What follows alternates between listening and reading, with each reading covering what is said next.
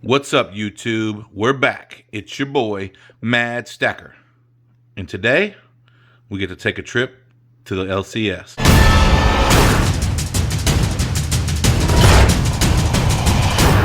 So welcome back, guys. Thanks for joining me. Just wanted to do another video, talk about my next trip to the local coin shop. Now, for those of you that are following along in my journey, you saw the first trip to the coin shop where I got my first bar. I made one other trip to a coin shop after that, and the guy didn't really have anything, but I think he had, all his cases were empty. Silver was starting to go up around this time, the beginning of July. It's when it started climbing 17, 18, 19, and people were selling out of silver, and I started to see what was happening. And I went into this coin shop, and the guy only had, I think, maybe 4 silver eagles, and he wanted 28 bucks a piece for them. Now, I knew at the time I could still get them for around 26 bucks online, maybe a little bit cheaper, but somewhere around there. So I wasn't willing to pay that price. So I knew I could get silver eagles for a little bit cheaper than what he was selling them for. So I just told him no thank you, and I started to leave, and he said to me, he said, "Hey, I've got junk silver. You should really look into buying junk silver." Now, I was still really new at this time, and I was like, "No, I'm good, thank you." I didn't know what junk silver was. I thought he was trying to sell me like old broken pieces of silverware and lost necklaces and like junk. I didn't know he was talking about pre-1965 U.S. coins, constitutional. He called it junk silver, and I immediately thought he was talking about like broken pieces of junk that were silver. I was like, I want to stack silver, but I don't want to stack like mess, right? So I just told him no thank you and went on about my business. And that was about 2 weeks before this trip. So in real estate, I have to do a lot of running around the city, especially on the investment side. I have to go look at a lot of different properties from time to time. And for those of you that know the Houston, Texas area, it's very spread out. So we're 10,000 square miles in our greater Houston area. So very oftentimes I have to drive an hour and a half from where I live to go look at a property, or from the office to go look at a property, and still considered to be in the same metropolitan area. So this particular day I was headed down to Pasadena, Texas, which is on the southeast side of Houston. And I was going to look at a house down there. And I figured while I was down there, I was going to look up for a coin shop that I hadn't been in. And I stopped by, since I'm down there, after I finished doing what I was doing, I Googled coin shop near me. And I found this cool little place, Eagle Gold Coin and Exchange. Brad Aaron, he's the guy that owns it. He was the only one there.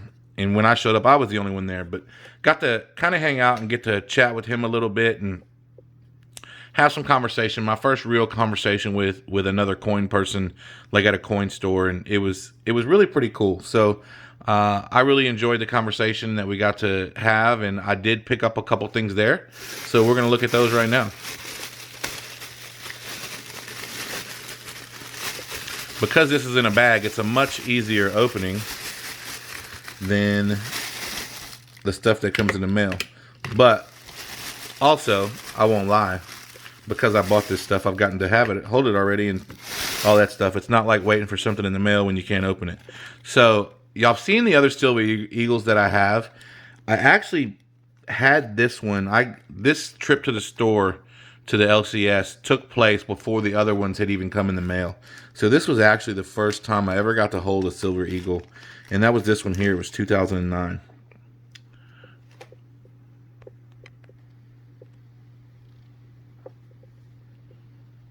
Pretty good looking silver eagle for being 11 years old, especially being that, if you guys saw my last MS71, that one was milk spotting. So I'm gonna try to do a little better and see if I see any milk spots on these things and not be oblivious to them as I'm talking about them. And I don't see any on this one, so this looks like a pretty good coin.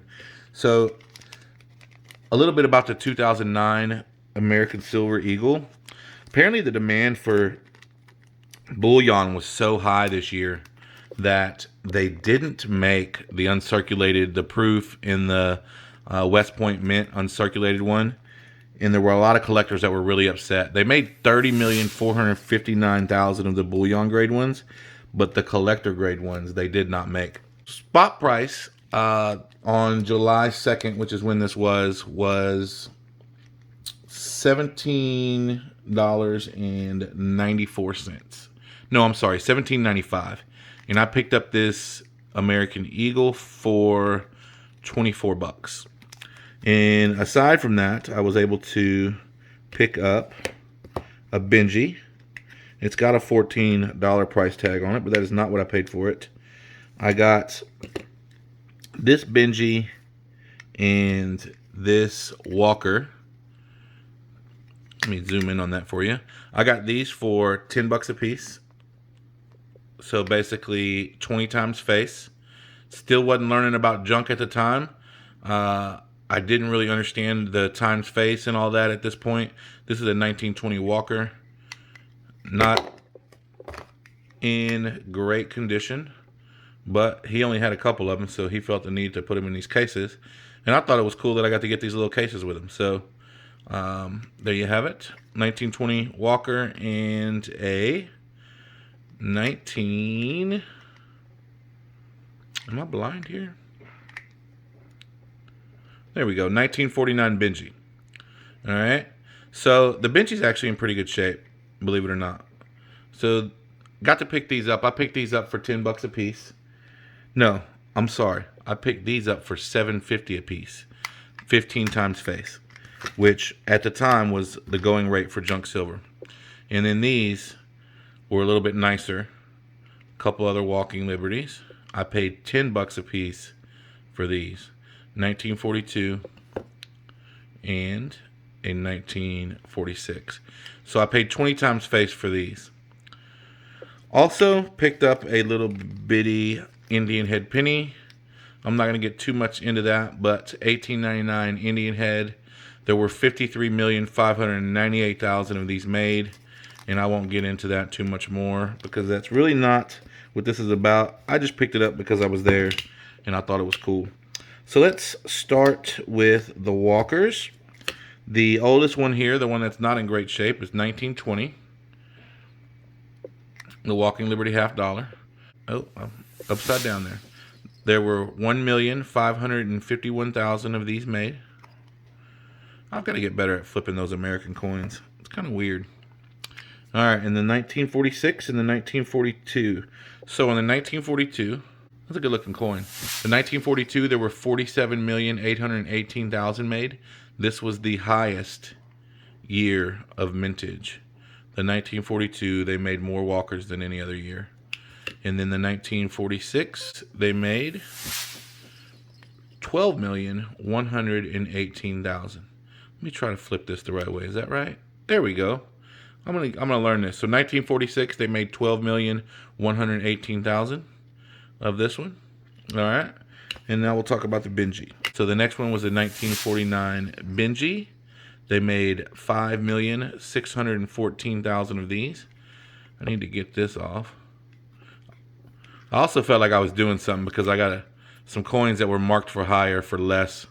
And that may have just been for newbies, or that may have been for somebody like me to come in and think they got a good deal. I'm such a negotiator. He marked it up more than he planned on selling it for. But he was a pretty cool guy. I've talked to him on the phone a couple other times. He's called me once or twice when he got some gold in before it went crazy, because I was real close to pulling the trigger on my first ounce of gold. And he actually had got some in. He was selling some 1 ounce gold American Eagles for $1,800 about a week after this. And I wanted to go back so bad, but I ended up not going because it was an hour and a half drive. But you know, of course, in retrospect, you always wish you would have listened. So this was my pickup at the LCS that day.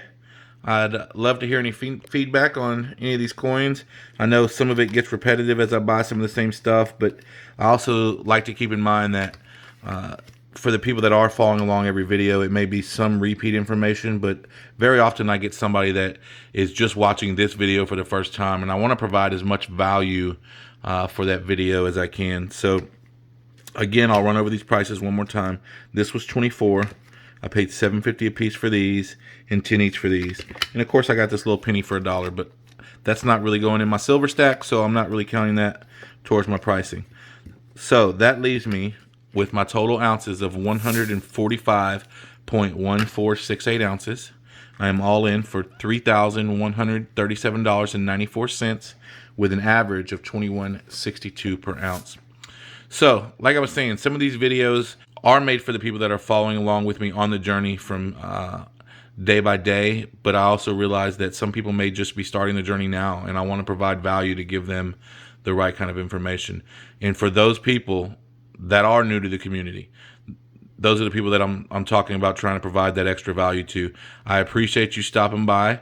If you like videos like this, please like, subscribe, smash that notification button, hit the all part. That way you can see when I produce these videos and put them out for you daily. And you can come check out and follow with me along on my journey.